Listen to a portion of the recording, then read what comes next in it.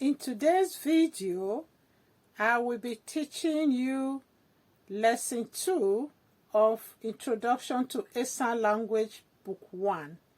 This lesson is based on the house and the things that are found at home.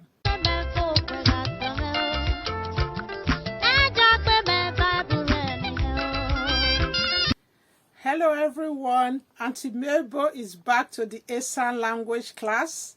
In today's video, I will start by using the new lesson structure in the book Introduction to Esan Language, Book 1, to explain the things in the building, the actual structure of the house, the names of things in the actual structure of the house, then followed by the things that are found inside the home. Then the final part, I will set today's homework. For those of you who are new to this class or have not seen the last two videos, it might be helpful for you to watch the last two videos first. The previous two videos, that's when we did lesson 1 of this new lesson structure. Then in the last video, I took time to explain in detail this new lesson structure. So let's go onto the book, this our new structured book, and do lesson 2 today. Right. Today's lesson is lesson 2, which in Esan is called Ilwemi Eva. This is Ilwemi is learn something or lesson. Eva is 2. Then today's topic is on the house and things found at home, which in Esan is Uwa bi eba mie wi uwa. Uwa bi eba mie uwa. So I'm saying it as a sentence now. I try to break it down the first time. Uwa bi eba mie wi uwa. Uwa bi eba mie uwa, which means uwa is house. Okay? So eba mie uwa is things found in the house.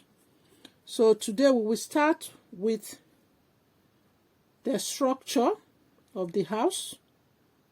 So as you can see there, Ukohun uwa means the roof, which is the top of it, literally means the top of the house. Ukohun uwa means the roof of the house. So the roof of the house in Esan is called Ukohun uwa. Ukohun wa together. To change it together is Ukohun uwa. It literally translates as the top of the house, but that is what the roof in Esan is called, Ukohunwa. Then Egbuwa means the wall of the house. So this is the wall, W-A-L-L. So it's Egbuwa is the wall. Then Ehu is the door. Door in Esan is called Ehu. So remember our double consonant there. So, and the double consonant here again. Then as you see here, Uwa is the whole house. Then the window is Olo Afe. So that is Olo Afe, or which is La again here. Remember, La is all in Esan, a window. So you will find some, in most cases in Esan language, there are some words that has there are some English words that have kind of been Esanized, that we will just kind of add E to the beginning of it to sound it in Esan form. So for example, some people will say kitchen or benchy, so you will come across words like that. But however, there are still things that you still find like a kitchen, if you really want to literally say in the village, when we were growing up, in the rural part of Esan, in the re-Esan part, when it was rural, not the way it is today, kitchen, you can refer to kitchen with ejada nearby. Literally means where you cook your meals. So that's that. I hope you got that class. Egbuwa is the wall of the house, while Ohunwa is the roof, Ehu is the door, Olo Afe is the window or a window, while the whole structure itself is called Uwa. So let's move on to the things that are found inside the home now. Right. The first item that you can see there is the first one is Aga or Agala. So it's either Aga or Agala, which is the chair. Then another one, the next one here is Omo. Omo literally means child. But if you want to differentiate a child or an adult child or a bigger child, an older child from a baby will usually be referred to Omobo. That means a child that you still carry on the arm. So literally means a child you carry on the arm, which is Omobo. So Omobo is a baby, Omo is a child, and even when you are still older, your parents or even an adult in your family will still refer to you as Omo, Omome. You know, Omome is almost like a way of, it's an additional way of seeing, of really expressing their love when somebody is really seeing you as their child. So yeah, Omome is a common thing that most adults will refer to, even like an older person that is referring to even you as an adult. Right. Itebu, like I was trying to tell you, some of the English words that are Esanized. So for example, the table is referred to as Itebu. You can see it's actually spelled so differently here. It's different from the way you would normally spell it in English. Then Ogo is a bottle, as you can see there, Ogo. So the O, remember the O in our vowel sound. Then we move further down. Ojija is comb. Around the comb, obviously, maybe to wash your hair. When I was growing up, we didn't really use shampoo as a child. So, for example, if you would bathe with soap, so soap would be referred to as ebaho, so which literally means something you wash with. So ebaho is soap. So, and it's the same soap you will still use to wash your hair anyway. So yeah, ebaho is soap. Ojija, as you see here, is comb. Then ewa is mat. As most people we usually use, there's really the traditional mat, which was actually very comfortable. Unlike today's straw mat, there was really very good mats that were usually woven and would be put on the traditional bed, which were mowed up to a point where you just put ewa on top of it. You put the mat on top of it. So ewa is mat. Then if we go further down, we have oko. Oko is the mortar that you pound yam with. This is found in most African homes anyway, not just Esan homes. We have the English or more portable version these days that can be made from Steven stone or wood or whatever, but the traditional ones were actually made from special wood in Esan. You see them below when you travel home. So this is it's a very important part of a kitchen, both in the olden days and still now. Then the pesto, which is not here, is usually will be referred to as obioko, which is like the child, literally stand for the child of the mortar. So oko is mortar, while the pesto is obioko. Then ache is here. We did mention this when we were doing double consonant. So ache is clay pot. This clay pot, you can see, is the one they use in gathering water. This is actually for water. It's mostly like, it's a bigger version. It's bigger than the clay pot you cook with. So this one is either outside the compound, where that is most people didn't have running water in the home. So you fetch your water and put inside the clay pot and you put a lid on top of it. But indoors, you will have another clay pot which is used for storing the drinking water. That was actually before the days of now that people, I know when I was growing up, my grandmother always used to prefer the water from the clay pot than the water you put in a plastic bucket or any other storage kind of drinking water you put, because they always feel that actually it was actually true. Even in the very hot weather, when you go into the house, the clay pot, the water that was in the clay pot was actually very cool and refreshing. So, yeah.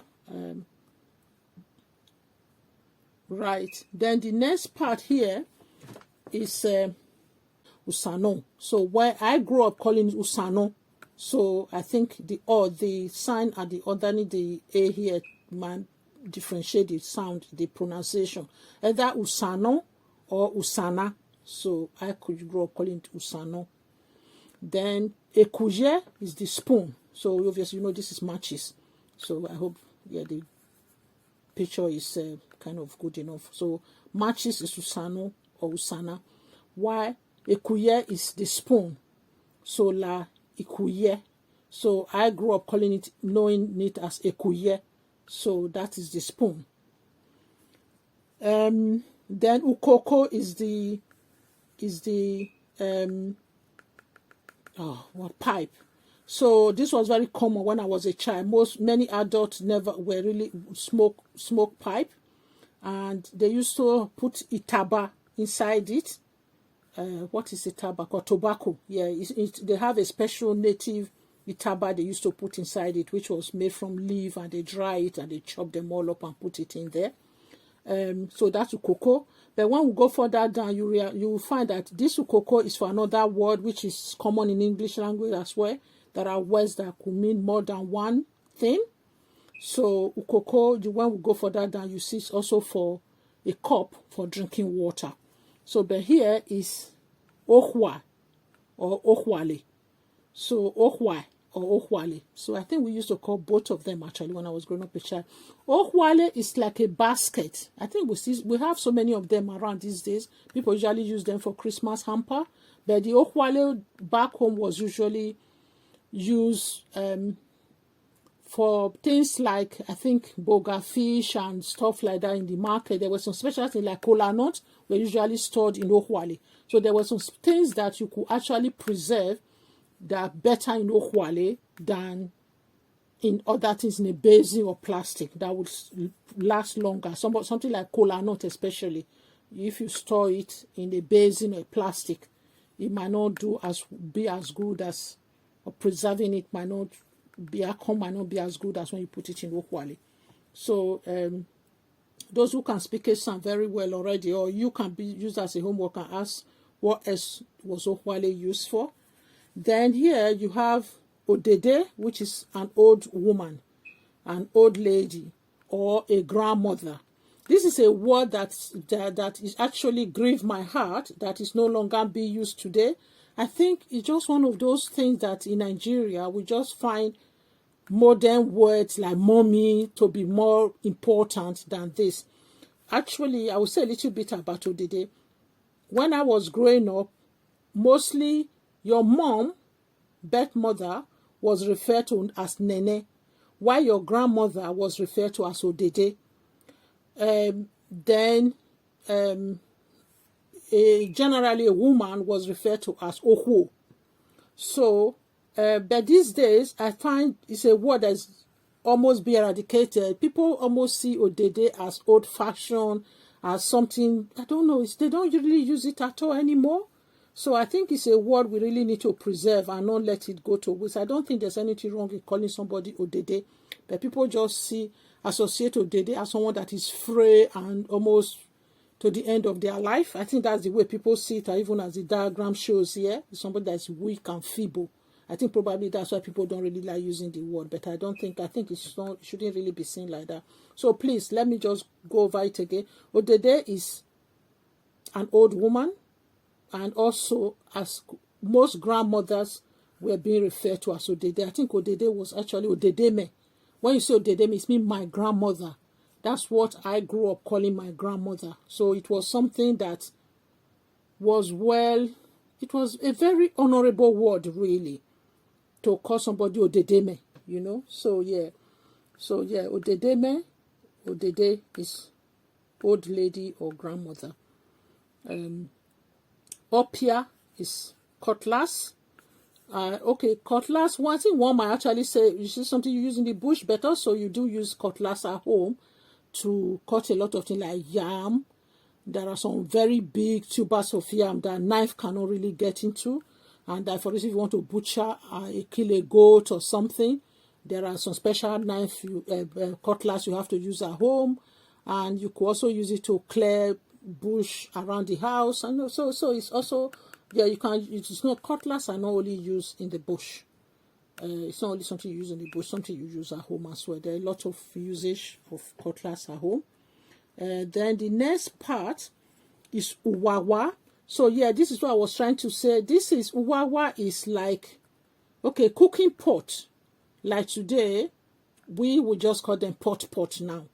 But actually, before, when I was a child, most people, especially the older generation, like the grandmothers, and yeah, they would prefer to cook with uwawa because they actually feel that the soup you cook in uwawa tastes better and tastes different. And also, it stay warmer for longer as well. So obviously, then many of them didn't. They didn't in the village. Actually, villages up to now, you don't really have. They didn't really have electricity nor fridges or whatever. Or keeping food warm, really, or cooler. They use cooler these days. But the clay pot wawa for cooking used to keep food warmer. And there are still some certain food. I know, like Urobo area, when there are things like banga soup, when people will actually have to serve it in a special clay pot. So there are still some of those traditional soup today. You see, you still serve in very small portion size clay pot, right? Ukbu, which is the cup I was referring to. Remember when we are talking of the pipe? So ukbu or la ukoko or ukwahe. Ukwahe, like I said, you remember ahe for storing water was ahe. Then ukwahe is like a cup you put on top of the water for drinking water. So that's what they used to do in the olden days. That ahe, you put the lid on top of it and leave the drinking cup on top of that ahe. I hope that makes sense. So for a cup, it's either ukbu. Like I said before, maybe people from Uromi and others will say ukbu or some other. If you come from other areas or part of Esan where they say ukbu, please let me know in the comment section. Or ukoko or ukwahe. So I grew up hearing ukwahe and ukoko. Like I said, I grew up with somebody, I must well just say here, my mom is from Irua. So I grew up hearing a lot of Irua terminology and Ekpoma terminology. So sometimes I interuse them, sometimes, yeah. Right. Let's go down to the next part. Right. Then ise, which is nails for building a house. So ise is the nail. So then osisi is the gun. Yeah, osisi is the gun. I know there's the traditional osisi that use a different kind of bullet, not this modern day bullet. It's a different type of bullet. So if I remember, I'll come back and say it here. I'll try and think about it. Then akobe is a trap. This is usually like a mouse trap. You can see how it's shaped here in the house. So there's a different type of akobe you might use in the bush. So when we get to things in the bush, we will talk about that. So it's either akobe or akobe. Okay, la akobe. But I grew up calling it akobe. Then the ladder, which can be very useful both inside the house or during the construction of a house, is igbanaka. So if you forget anything else, you must remember that igbanaka. Igbanaka, as it's spelled there, igbanaka is is ladder. So now we come to the edame again. Edame, remember during the first lesson or last lesson when I explained what edame is? So edame is test or exam or homework. Exam, edame or jeva. Edame eva. So it's telling you lesson 2. Edame of second edame. Second edame, so edame eva, which is test 2. So this is now asking you, Bati ena. What are these called? So if you have followed that lesson on the top properly, so ideally you should be able to answer this now. If you can't remember, you can go back. If you have the book, you can always go back and study it more, or you can go back, rewind the video, and then listen to when I try to explain them there. So this is all the homework that they expect you to do. Thanks for those of you who have already sent me some of their homework via my email, which I said my email is in my description box in every video, in the description section. Then so at the end of that homework, which ended page 20, so next lesson we will be doing lesson 3, which are domestic animals. So I hope you'll be we'll be looking forward to that lesson. So I hope you enjoyed today's lesson. I'm actually enjoying it as much as I'm teaching it. Yeah, it's reminding me of so many things and helping me to reminisce over things that were actually happening. And some of them actually not being in use today, which is a shame though. I hope you enjoyed that lesson too and you've learned a lot. Thanks for those of you who have started sending in your homework, and those who have left me comment as well to say that in as much as we are using the language structure, they still want me to tell a little bit of stories and song or singing and stuff around it. So I can understand. So I leave more of your comments, and if there are any words that you think, or even there are things that are supposed to be in the house, like not everything were in the book. I did mention additional ones. So if there are other things you think you find in the house, especially those who already speak Esan, so please leave it in the comment section. I'm there so that the new people who are learning Esan for the first time, can have a more robust of knowledge of the language. So on that note, class, I will say about Bulu as usual. And please leave me a comment. And subscribe if you haven't subscribed yet, and also give it thumbs up, and put on your notification bell so that anytime I upload a new video you'll be notified. And on that note, class, I will say wa Bulu and wa Kimboy class, wa Kimboy.